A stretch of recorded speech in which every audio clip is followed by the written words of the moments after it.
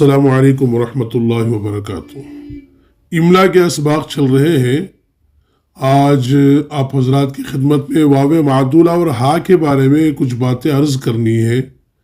सबसे पहले वाव मादूला के सिलसिले में एक बात यह है कि दर्ज झेल अल्फाज में वाव लिखी जाती है, पढ़ी नहीं जाती।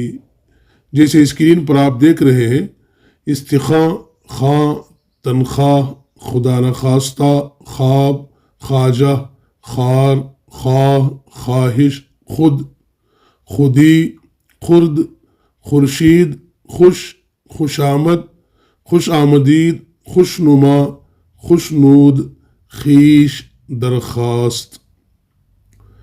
हाँ, बाज़ अल्फाज ऐसे हैं जो बग़ैर वाव के लिखे जाते हैं, जैसे खुर्द, खुर्दा, बर्खास्त।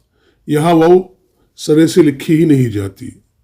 चलिए अब हा के बारे में चंद बातें अर्ज करते हैं कि ये जो आप शक्ल देख रहे हैं स्क्रीन पर, इसे छोटी हा या हाय हवस कहा जाता है। किसी दूसरे हर्फ से मिली हुई हो तो इसकी 5 शक्लें मुस्तामल हैं जो आप हज़रात की खिदमत में पेश किए जा रहे हैं। नंबर 1 शक्ल, किसी लफ्ज़ के शुरू में जीम, चीम, स्वाद, ज़्वाद, आइन, गईन, फा, कॉफ, मीम और वाव से मिलकर इस्तेमाल होती है, जैसे हिज्र, हफ्ता, हम और हवा। नंबर 2, ये कभी तलफ़ुज़ में पिछले हर्फ की आवाज़ में मुदगम नहीं होती और लिखने में शुरू या दरमियान में आती है, आखिर में नहीं। इसको हाय गैर मखलूतुत तलफ़ुज़ कहते हैं, जैसे हुदा, महदी। नंबर 3, कभी लफ्ज़ के दरमियान में अपने माक़बल से मुत्तसिल होने की सूरत में लिखी जाती है, जैसे बहुत, जहेज़, शहीद वगैरह।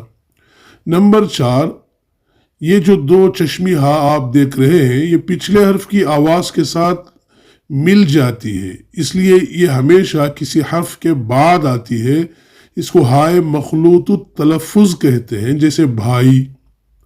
नंबर 5, लफ्ज़ के आखिर में आती है और हा की आवाज़ नहीं देती, जैसे कुश्ता, नगीना। ये अपने माक़बल की हरकत को ज़ाहिर करने के लिए आती है, अपनी आवाज़ नहीं देती है। इसको हाय मुख्तफ़ी कहा जाता है। आज बस इतना ही। वस्सलामु अलैकुम वरहमतुल्लाहि वबरकातुहू।